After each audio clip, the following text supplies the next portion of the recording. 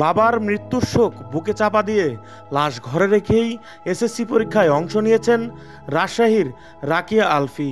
হৃদয় বিদারক এই ঘটনায় শোক ও ক্ষোভে ফেটে পড়েছে পুরো এলাকা।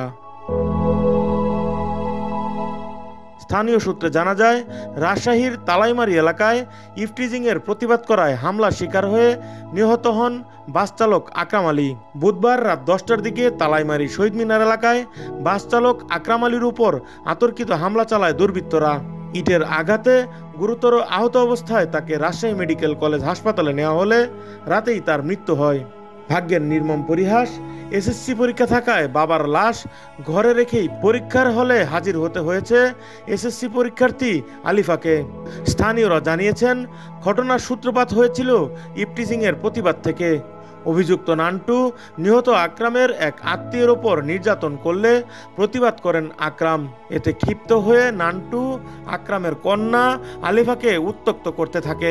গতকালকে আমি কোচিং শেষ করে বাসায় আসছি বিকাল 4টার সময়। তখন অটো থেকে নামছি আর নান্টুর একটা ফ্রেন্ড দাঁড়িয়ে আছে।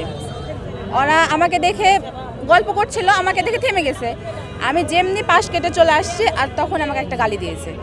আমি কিছু না বলে বাসায় আসছি, এসে আম্মুকে বললাম, ভাইকে জানালাম, আব্বুকে জানালাম। আমার আব্বু আর ভাইয়া বা আম্মু আমাকে কখনোই খারাপভাবে ট্রিট করেনি, আমার খারাপ ভাষায়ও দেয়নি। তো এটা তো মেনে নেওয়ার মতো না। আমার আব্বু আর ভাইয়া তো রাখবেই। তো ওনার মাকে বলতে গেছে, ওনার মা যা তাই বলছে, আমার আব্বু আর ভাইয়াকে অপমান করেছে। তারপরে আমার ভাই আর আব্বু চলে আসলো, নান্টুকে ফোন করে বলছে যে তোর দুলা ভাই আসছিল, তুই বলে কি বলেছিস আলফিকে, আমার নাম আলফি, তুই বলে কি বলেছিস? বলছে না আমি তো কিছু বলিনি। বলছে না, এসে বলে গেল, বলছে থামের বিচার আমি করে দিচ্ছি। তারপরে আর মাকে বলেও কিছু হয়নি। তা আমার আব্বু ওর বাপকে বলতে গেছে, দে ওর বাপও কোনো কিছু না বলে ব্যাটা যে এদিকে মারতে আসছে আমার ভাইকে, এটা দেখে আমার আব্বু ছুটে আসছে, কিন্তু ওর বাপ ওখানে দাঁড়িয়ে থেকে দেখছে। আমার ভাইয়াকেও অনেক মেরেছে। তারপর আমার ভাইয়াকে সরে নিয়ে আসছে, আমার আব্বুকে ধরে বাস দিয়ে মেরেছে, ইট দিয়ে এখানে লাগাইছে। সাথে সাথে আমার আব্বু ইন্তেকাল। প্রতিবাদের পরদিন রাতেই আকরামের উপর হামলা হয়, যা কেড়ে নেয় তার প্রাণ।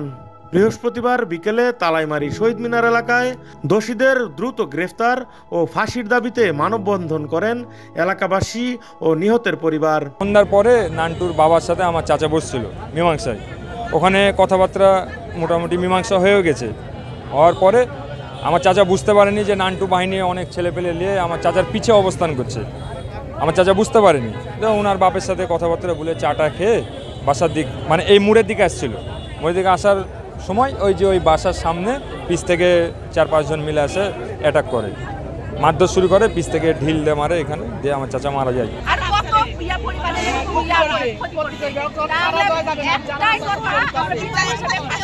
কেন তুমি আমাদের পরিবারকে তুমি উত্ত্যক্ত করছো, এই কথা বলাও সারা, তার সাথে সাথে তারপর আক্রমণ করে এবং 15-20 জন নান্টু বাহিনী সহকারে তারপর উপরে আক্রমণ এবং তাকে অস্ত্রের আঘাত এবং ইট দিয়ে তার ধারের আঘাত তাকে ওখানে হত্যা করে। আমরা এখানে গোটা এলাকাবাসী সোচ্চার হয়েছি। আমরা চাই যে এই সন্ত্রাসী বাহিনীকে নির্মূল করা হোক। এদিকে বাবার লাশ, অন্যদিকে পরীক্ষার খাতায় উত্তর লিখতে বসা। এমন বেদনার ছবি যেন আর কোনো সন্তানকেই দেখতে না হয়, সেই আশায় ন্যায় বিচারের অপেক্ষায় আকরামের পুরো পরিবার। এই ঘটনা কেবল একটি পরিবারের শোক নয়, এটি পুরো সমাজের প্রতি একটি বড় প্রশ্ন ছুড়ে দিয়েছে। অভিযুক্তদের দ্রুত গ্রেফতার এবং দৃষ্টান্তমূলক শাস্তি নিশ্চিতের দাবি জানিয়েছেন এলাকাবাসী। ডেস্ক রিপোর্ট, ভোরের পাতা।